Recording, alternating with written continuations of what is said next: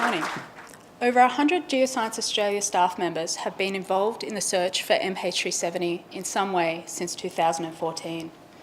Geoscience Australia joined the Australian-led search to provide advice on bathymetric acquisition, analysis, quality assurance, and geospatial support.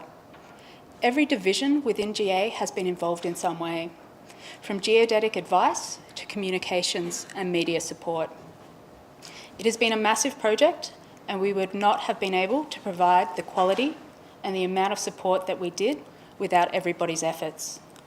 I'd like to thank everybody involved in the project. I have to say personally, the search for MH370 was the most challenging and meaningful project I've ever had the opportunity to work on. I started out working as a cartographer for Geoscience Australia almost 11 years ago in the National Location Information Branch. Over my career, my work has ranged from creating traditional topographic maps to visualising geospatial data and analytics for emergency preparedness and response. In 2014, I joined the Australian-led search for missing Malaysian aircraft MH370. As a geospatial team leader, I was seconded to the Australian Transport Safety Bureau, commonly referred to as the ATSB. Over the 3 years that ATSB led the search, my team used GIS to support all search activities. You are probably all familiar with Geoscience's role in the advanced mapping of deep oceans for this search, so this morning I'll be talking about the geospatial work that went on behind the scenes to run the underwater operations. Before I get started on the geospatial support, I'll give a little background for those of you who are not familiar with the search for MH370. New Year's Day 2014 marked exactly 100 years since the birth of commercial aviation. In 2014, there were over 37 million flights.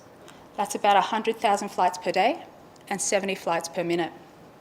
Over 8 million people per day expect to arrive at their destination safely. However, on March 8th of that year, a commercial flight, MH370, from Kuala Lumpur to Beijing, carrying 239 people, disappeared from radar. The aircraft departed Kuala Lumpur International Airport at 12:41 a.m. About an hour into the flight, it made an unscheduled change in direction, shown on screen in the orange point. All communication attempts with the aircraft were unsuccessful. Radar was able to track the aircraft crossing the Malaysian peninsula until it was outside the range of radar coverage in the Malacca Strait. The last known location captured by radar is shown on screen in a red point. Based on contact the aircraft had with a satellite ground station, it was discovered that MH370 continued to fly for approximately 6 hours after it flew beyond the range of the radar. With little known about the fate of the aircraft, a surface search was immediately started. On screen is a short animation of the area covered by 36 aircraft and 35 vessels over 52 days. The surface search ran from the 8th of March until the 28th of April. It was initially a search and rescue operation. The intent was to locate the aircraft as quickly as possible to rescue any potential survivors. The areas searched were based on information from a range of sources and progressively refined analysis in relation to the aircraft's most likely flight path. A satellite communications working group was formed to analyse the satellite metadata. This group of international experts worked together to provide advice to the Malaysian government on surface search areas. By the end of the search, an area of several million square kilometres had been covered. A number of potential debris sightings were made by air and within satellite imagery. However, no items of debris from MH370 were recovered during the surface search or positively identified. By April 2014, analysis of the satellite data was combined with aircraft performance parameters to create the limits of a probable impact area. The probable impact area is shown on screen in yellow and is 1.2 million square kilometres in size.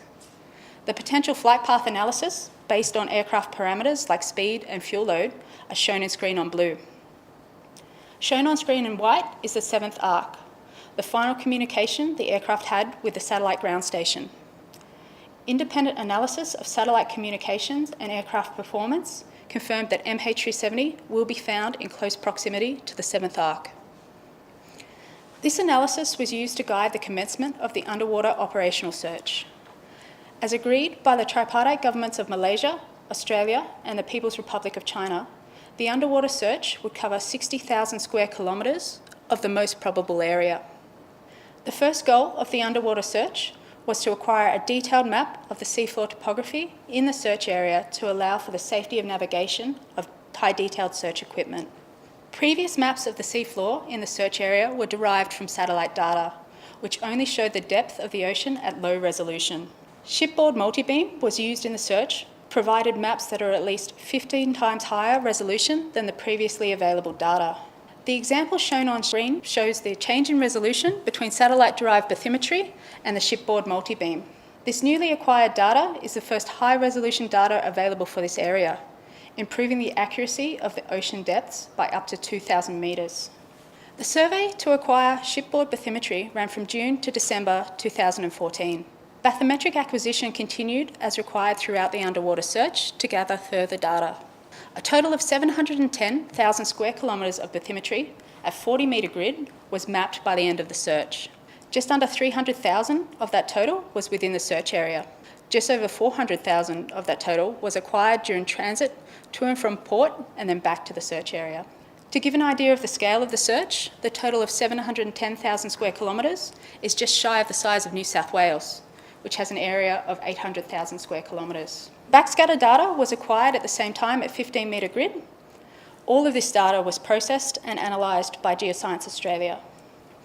The bathymetry analysis started to reveal some of the upcoming challenges of the underwater search. The data revealed features on the seafloor that were not visible in previous satellite imagery.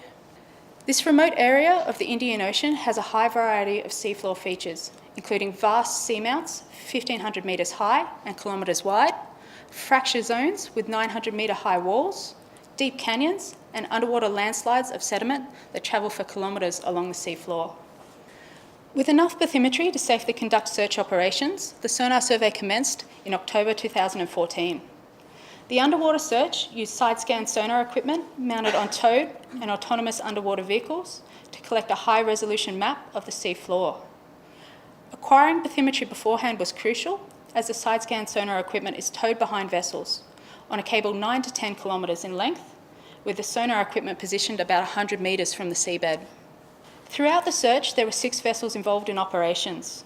The vessels were contracted by the Australian government or supplied by the governments of Malaysia and the People's Republic of China. In the peak of operations, we had 3 vessels operating simultaneously in the search area. Vessels conducted operations 24 hours a day, 7 days a week, working all year long. The complex geology of the search area was not the only challenge. Operating in the remote Indian Ocean also meant dealing with weather conditions. Large weather systems consistently move through or near the search area. In summer, vessels face the challenge of cyclonic activity. Throughout winter, vessels face the challenge of rough seas, high winds, and large swells, which hampered operations. June and July each year were particularly unproductive months, with crews only able to operate 1 out of every 6 weeks they were in the search area. The largest swell recorded was 24 metres. The longest period the crew was unable to operate was 6 weeks straight. The most cyclones through the search area in one season were 3 during the summer of 2015. In just over 2 years, more than 120,000 square kilometres of high-resolution side-scan sonar was collected by the vessels. Side-scan sonar data measures the strength of the return signal of high-frequency sound pulses that are bounced off the seafloor. This data is used to create a much higher resolution image of the seabed than bathymetric data. On average, the resolution of data acquired in the search was 1 metre. Over 160 terabytes of raw and processed data was acquired throughout the search. Acquisition ran continuously for 28 months. 6 vessels were involved and 53 swings were conducted to gather data. A swing, for those of you who are not familiar with the terminology, means that the vessel comes into port to resupply and refuel and then returns back to the search area. The animation on screen shows that data acquisition wasn't a straightforward process. Analysis of the most probable location of the aircraft evolved over time, changing the search area as analysis was refined. In areas of low confidence, where significant data gaps were present, an autonomous underwater vehicle, known as an AUV, was brought in to cover the area a second time. In a few cases, over complex geology, like the Geovink fracture zone, the area was covered 3 times to reduce data gaps and gain over 97% coverage. All data shown in yellow, lime green and pink show the efforts of the AUV covering data gaps. The cluster of green and pink down the bottom of the screen is the geovink fracture zone, which was covered 3, maybe 4 times during the life of the search to improve confidence within the search area. Geoscience Australia's support in the search for MH370 has been an essential component to the achievements of the project. The embedded geospatial team provided advice and analytics, assisting with every challenge the Australian search leaders had to face. Geospatial support started out as a way to help the ATSB view the data and to do a quick quality check of the data. The secondment was meant to last for about 3 months, and once we had everything set up, there was an option of coming back to ATSB just 1 day a week to make images for reporting purposes. Obviously, this didn't occur. Within the first 2 weeks, that changed as ATSB saw the benefit of what GIS could do. As the search matured, the geospatial team saw an opportunity to enable the ATSB in all aspects of the search, and my team grew to include myself, Catherine Fontaine, and Jared Stewart, and I'd like to thank them both for their efforts. For the 3 years my team was embedded into the ATSB, we excelled in providing advice, analytics, data management, quality assurance, operational planning, offshore equipment calibration, and visualization for decision making. A key specification for the search equipment was a feature detection capability or resolution of 2 cubic metres. This figure was conservatively selected on the basis that it is the size of the core of a B777 engine. B777 engines are known for being very robust and are likely to survive high energy impacts, as they did in the case of Air France 447. After each underwater vehicle was mobilised and ready for offshore calibrations, the vessel proceeded to a custom-built test range, approximately 100 nautical miles off the coast of Western Australia. The test range consisted of 4 targets, no larger than 2 cubic metres in size, placed at a depth of 650 metres and spread out along the seabed. Each piece of equipment used in the search was deployed along this test range. To pass validation, the equipment, running at 100 metres off the seabed, had to sense from a distance of 1,000 metres away. All search equipment was calibrated when first mobilised. Calibration testing was also performed if major repairs were carried out, or if the system was demobilised and then mobilised again later in the search. Several times a year, a member of the Geospatial Quality Assurance team would assist in offshore calibration of equipment, sometimes spending up to a week offshore working with crews on calibration. Offshore calibrations were a great excuse to get out of the office. You got a chance to meet with the crew, update them on latest search activity, and make sure they were motivated for the task ahead.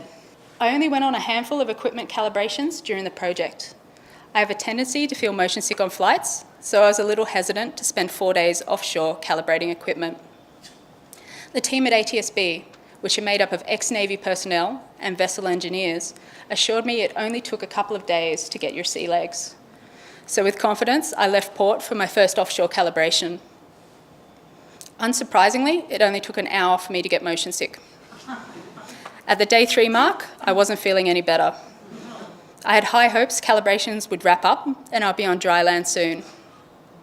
Unfortunately, halfway through day 3, the vessel's underwater acoustic positioning system failed, and that put a pause on equipment calibration. It took a day to have the replacement positioning system brought out to us by water taxi. It took another day to conduct repairs, and then it took another 3 days to finish up calibrations. On day 8, when I was finally starting to feel better, we made it back to port. It was the longest calibration test in the history of the search, and the team at ATSB still tell stories of how green I looked, trying to eat dinner every night for 8 days as the plate rolled back and forth with the motion of the vessel. The experience gave me a new understanding for the conditions the crew have to work in. When a vessel leaves port for the search area, they strap down every moving object, including the computers, so they don't roll off the desks while at sea. The calibration and standards of equipment used paid off, with not only several shipwrecks discovered during the search, but also small man-made objects like oil drums and steel cable. In addition to processing and mapping the bathymetric data, Geoscience Australia analysed the backscatter data from the hull-mounted multi-beam sonar, looking for anomalies in the acoustic return. Any anomalous areas were collected as a guide of potential areas of interest for the underwater search. Potential targets identified by experts back at GA were reviewed by the Geospatial team when high-resolution sonar data was acquired over the area. In most instances, the backscatter data revealed geology, usually hard geology in soft sediment. One potential target area shown on screen reveals a man-made object. Here, high backscatter values contrast with the surrounding seafloor of low backscatter strength. In the high-resolution sonar data, there is a strong signal response. An AUV camera mission was run over the area and it revealed the remains of a 1900s steel vessel. A significant challenge in finding MH370 has been defining a search area based on only limited satellite metadata for the final 6 hours of flight.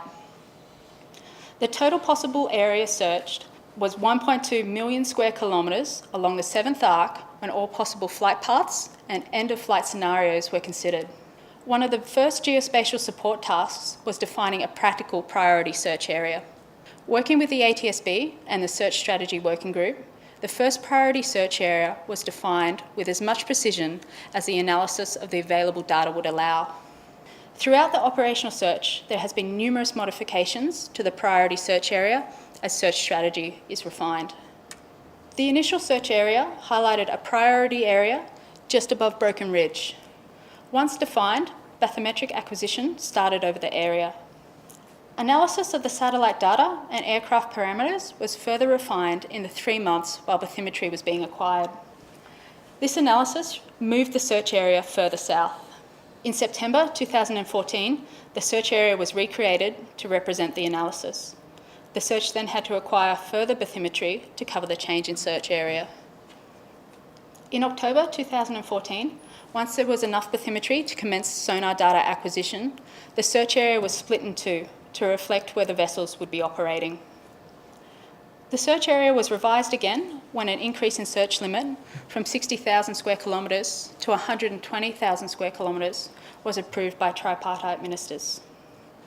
Halfway through 2016, tripartite ministers agreed that should the aircraft not be located in the search area, and in the absence of credible new evidence leading to the identification of a specific location for the aircraft, the search would be suspended upon completion of 120,000 square kilometres. The search area was revised a final time to utilise the remaining budget in the most probable location. 120,000 square kilometres of high-resolution sonar data was collected over 28 months. On screen is an image of the data acquisition at the conclusion of the search, reflecting the numerous changes in search area throughout the project. The initial priority area, just below Broken Ridge, is covered by a swath of 23 nautical miles across the 7th arc. Further south, the higher probability area is covered by a swath of 75 nautical miles. An important part of the search was data management. My team at ATSB was in charge of managing and tracking all incoming data. With 2 or more vessels out in the search area at all times, approximately 6 gigabytes of data was acquired per day, equating to hundreds of different files. This data was either pumped back to shore via a satellite using a secure cloud storage system, or handed over on hard drives when the vessel returned to port. We didn't always have instant access to the data. In the early days, due to slow satellite connections and bandwidth issues, data upload was slow. It took about a week to receive a day's acquisition. Processes improved as the search matured, allowing for next-day access to the data. The data acquired is a mix of scientific and process data. Not all of it was relevant immediately for the search operations. The geospatial team would gather a subset of data for operational purposes and store it into the ATSB systems. All of the data had to be checked for correct format, projection, and naming conventions. Search data was evidence tracked, put into ATSB's record management system, and then supplied to Geoscience Australia for archive. Early on in the search, it was decided that Geoscience Australia was best placed to be custodian of all search data. All search data was restrictive access until such time as the search was complete or the aircraft was located. Once the search was complete, Geoscience Australia would then provide the data to the public. The data managed by my team was regularly supplied to ATSB client reps on board the vessels and independent experts. Version tracking and data currency was crucial to ensure everybody from the vessel to the operational manager were working with the same information. A tremendous amount of effort went into the quality review of sonar data, all to ensure a high degree of confidence for detecting the aircraft debris field.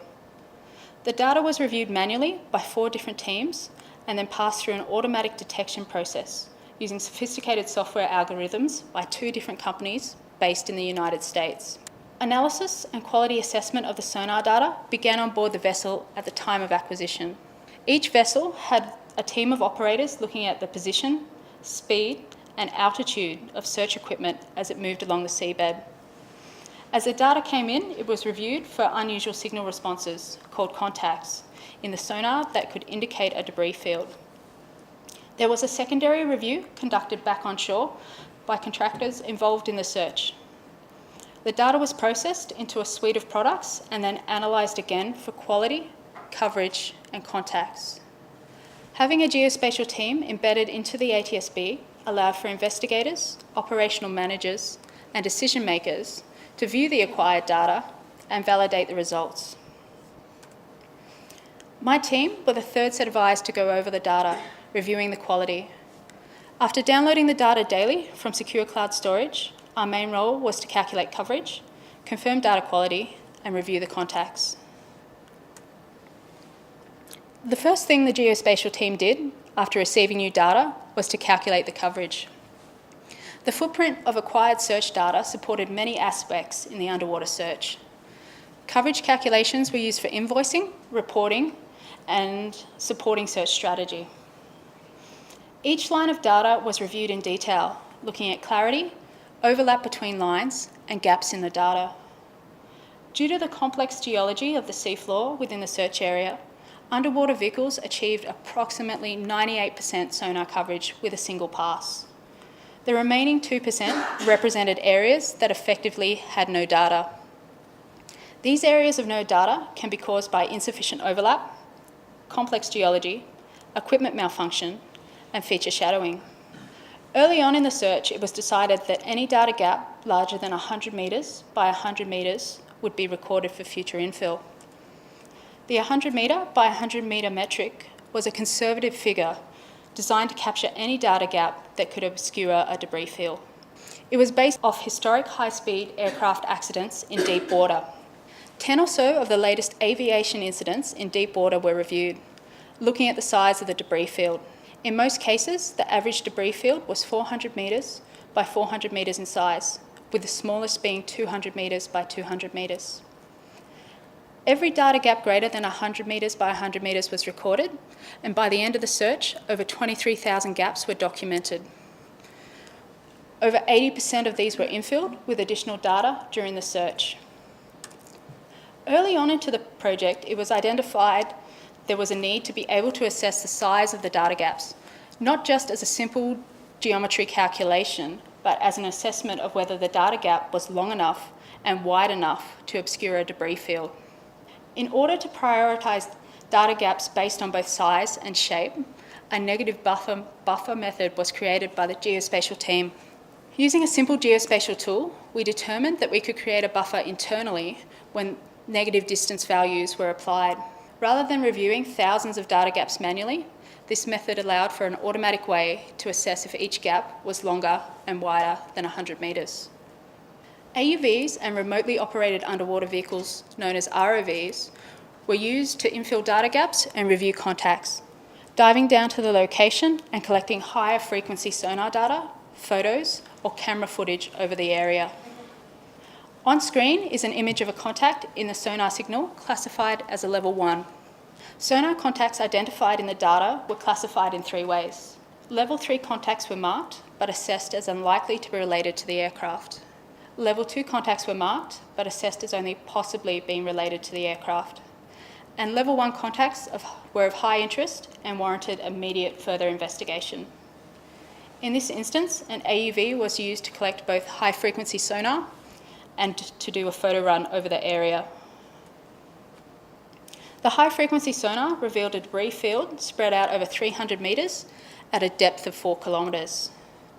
The camera run revealed the debris field to be an anchor and the iron and coal remains of an 1800s wooden shipwreck. The discovery of this shipwreck, the first out of several uncharted wrecks found, validated the quality of our search equipment. The bright reflective signal in the sonar turned out to be a cluster of low-lying coal and iron nails, reinforcing the fact that if the aircraft debris field was in the search area, the equipment would detect it. There were over 650 contacts identified during the search, spread out along 100,000 square kilometres of search area. The majority of contacts were classified as level 3, with a handful of contacts classified as level 2. All contacts classified as level 1 were immediately investigated. As the search wrapped up, there was an opportunity to investigate contacts that had been marked but were unlikely to be related to the aircraft debris field. An ROV was deployed over specific sites to collect colour streaming video to confirm that the contacts were not related to MH370. ROVs had always been a limited resource and are best operated in the calm sea conditions only found during the summer months in the Indian Ocean. For mission planning purposes, my geospatial team worked with the ATSB to determine how many contacts could be investigated within a limited time frame. To ensure each priority contact could be investigated within about 60 days, my team came up with an unconventional way to calculate the fastest path between all points. This common mathematical conundrum is known as the delivery man's dilemma.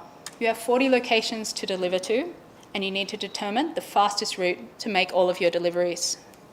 To use this method in the operational search, first we had to derive routes between each contact.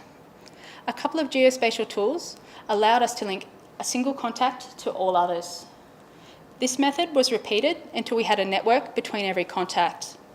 With a network created, we could then run analysis to find the shortest route to get to all 40 contacts, starting from the north of the search area.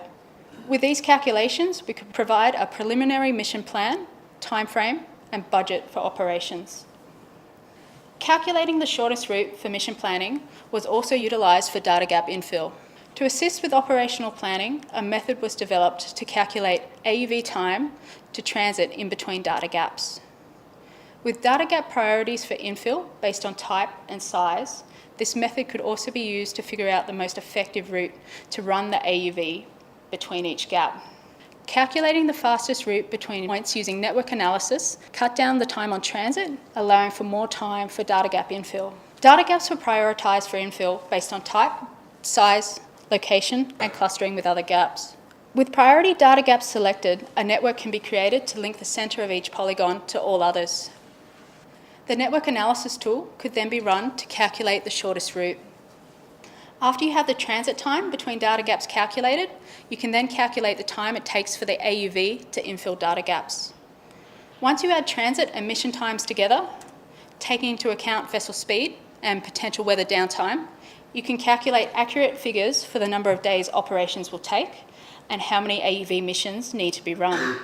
Running this analysis in-house allowed for decision makers to prioritise specific data gaps to infill, align the infill to search strategy, and to provide stronger instruction to operational planners on board the vessel conducting the infill. During the search, there were 3 campaigns run to infill data gaps. This method for calculating the shortest route wasn't in place until the final campaign. Previously, we'd instruct vessels and the mission planning crew to infill certain areas. We found that this wasn't enough direction. The crew had never faced the challenge of infilling thousands of small gaps spread out over long distances. They had thought about using network analysis to derive a route, but were never able to get it to work. Using the analysis the geospatial team created, productivity was increased by 60%, and due to the cut in transit time, several $1 million were saved. In addition to mission planning, the geospatial team also calculated the day-to-day movements of vessels. We could create analysis of where the vessels had covered, shown in green lines, and then create remaining lines to infill a search area, shown in red.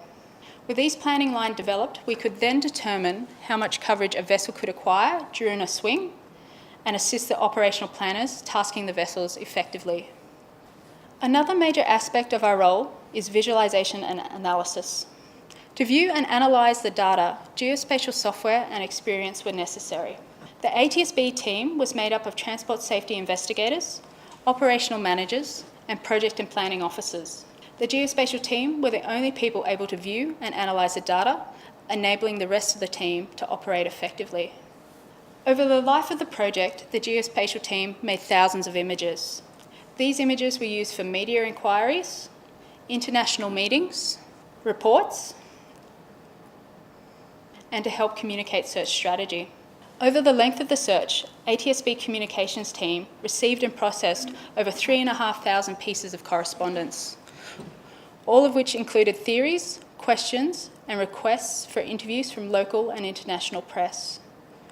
Geospatial support was provided to answer the queries in the form of analysis, data creation, and mapping support.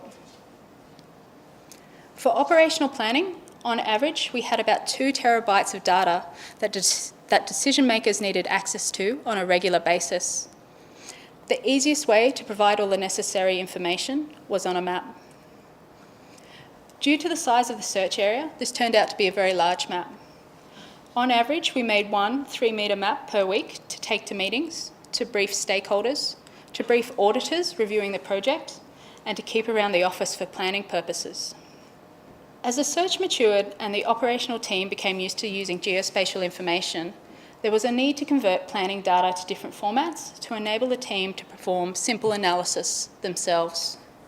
The conversion of data allowed operational planners without a spatial background to utilise search data in free software like Google Earth. Search data, like the area searched, could then be viewed in real time against the vessel positions. Setting up the search data as KML files was a great benefit to the geospatial team. It meant we wouldn't have to have operational planners leaning over our shoulders all day, asking us to create maps of areas covered and where the vessels were going to operate. The example on screen, one of 1,000 images the team made, visualises the benefits of operations for decision makers. The image displays the time, effort, and money spent on data gap infill. The top portion displays all data gaps. The bottom portion displays remaining data gaps after 3 successful AUV campaigns. Our final role before the secondment at ATSB ended was to assist with the writing of the final investigation report.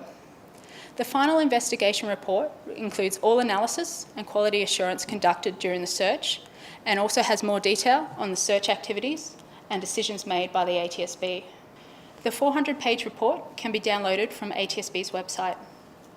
Australia, with the support of Malaysia and the People's Republic of China, committed to publicly releasing the search data acquired during the bathymetric survey and underwater search.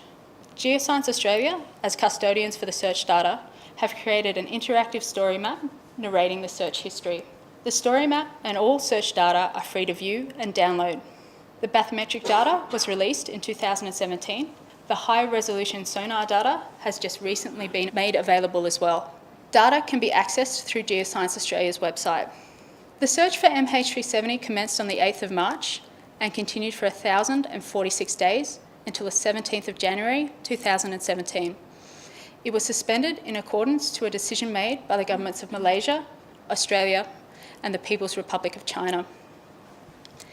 In January 2018, the Malaysian government approved a proposal by a marine survey company called Ocean Infinity to continue the search. Ocean Infinity searched for 90 days, as per their agreement with the government of Malaysia, using a state-of-the-art setup running 8 AUVs simultaneously. Over 3 months, Ocean Infinity collected more than 100,000 square kilometres of high-resolution side-scan sonar data, shown on screen in green. Ocean Infinity continued the search where ATSB left off, covering an area just below Broken Ridge and then moving north along the 7th Arc. Despite their best efforts, Ocean Infinity were unable to locate the aircraft. In June this year, Ocean Infinity donated the data to the GEBCO Seabed 2030 project, a project aiming to produce a map of the world's ocean floor by 2030. There continues to be rumours about recommencing the search from governments around the world. For now, what happened to flight MH370 remains one of the biggest unsolved mysteries of our time. Thank you.